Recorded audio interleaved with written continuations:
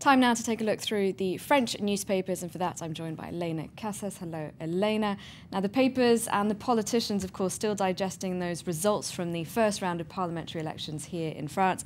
And one topic dominating front pages is what should the UMP do about the National Front?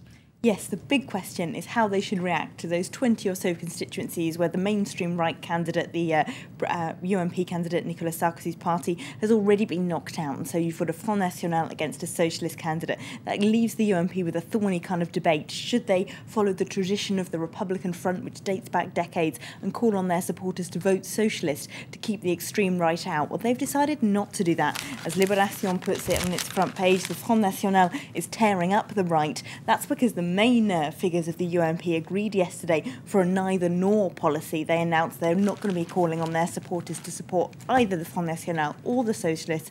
That's far from being a consensual approach, even within their own party, though.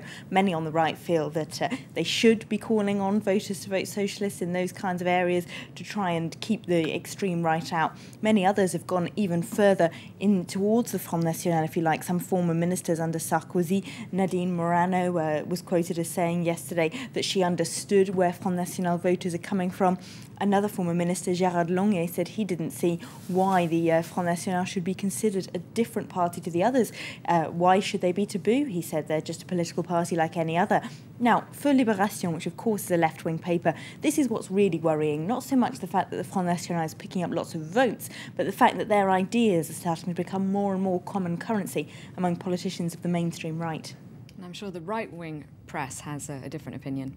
Yes, indeed. Le Figaro on its front page says that the UMP refuses the socialist diktat to them, this Republican Front tradition to do everything possible to keep out the extreme right is an old-fashioned diktat, and the UMP, by saying that they won't be following that, are just coherently abiding by the will of French voters. They say that the Front National has changed status. It's no longer the taboo party that it once was. The big question, though, of course, is how advantageous is this really going to be to Marine Le Pen?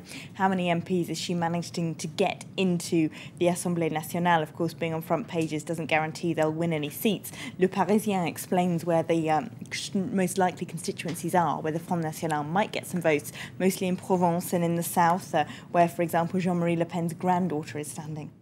That's a pretty polarised political landscape in France, isn't it? Yes, that's what L'Humanité, the communist paper, is denouncing on its front page, the illness of bipartisanism, they call it, on their front page, saying that the current system, where in the first round of these parliamentary elections, a candidate's got to get 12.5% of registered voters, that translates into something like 22% of people who actually turn out to vote because the turnout is so low.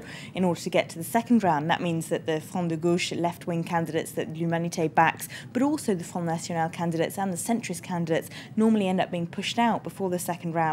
Even the most high-profile candidates that don't belong to one of those two major parties, like the centrist leader François Bayrou, who once, back 5 years ago, picked up 18% in a presidential election, now strongly risks losing his seat now. Can something be changed then to stop the system being so bipartisan? Well, Le Parisien reckons it's the low turnout, the high abstentionism that's to blame, because if people don't turn out to vote, it makes it harder for smaller parties to get over that threshold to get into the second round. They reckon the best solution would be to either introduce a proportional representation or just run this poll on the same day as the presidential election, which I must say seems a lot easier for everyone. Now, it's not all politics in today's papers, though, is it? No, indeed. There is hope, says Le Parisien. Of course. Footballing hope, of course. France and England drew last night. Now, I'm not a great expert in this subject, Claire, and I would bet that neither are you, really. So I won't go into too much analytical detail. I think France were favourite. They were. So Le Parisien pretty disappointed, actually, in the team's performance last night. The free paper 20 Minutes has got very pale blues as its headline today. French team, of course, are Les Bleus. They were expected to do a lot better against a generally weak England side. But the football experts in the office have told me both sides now have clear hopes to move forward for the future, although neither are expected to do stunningly well.